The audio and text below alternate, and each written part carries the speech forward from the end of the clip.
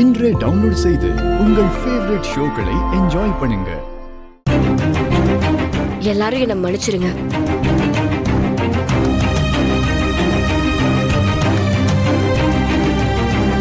அவசரத்துல ஏதேதோ பேசி உங்க எல்லாரையும் நான் ரொம்ப கஷ்டப்படுத்திட்டேன். தப்பு பண்ணது நான்.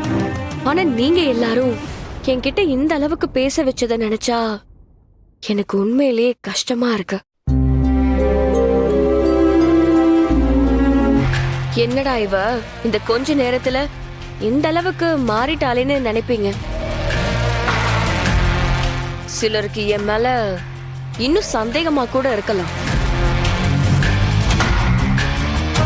சில நேரத்துல கடவுளே தாம் பொறுமையை இழந்து உலகத்தையே அழிக்கணும்னு நினைக்கும் போது கூட இருக்கிற இன்னொரு கடவுள் தான் அந்த கோவப்பட்ட கடவுள் கிட்ட எடுத்து சொல்லி புரிய வச்சு தான் பண்ணது தப்புன்னு உணர வைப்பாங்களாம்.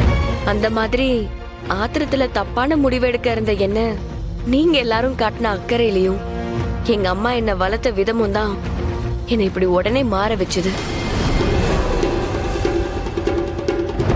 ரித்திகா ஏன் திடீர்னு இப்படி மாறினான்னு டவுட் வராதா? எனக்கு அவளை பத்தி நல்லா தெரியும்.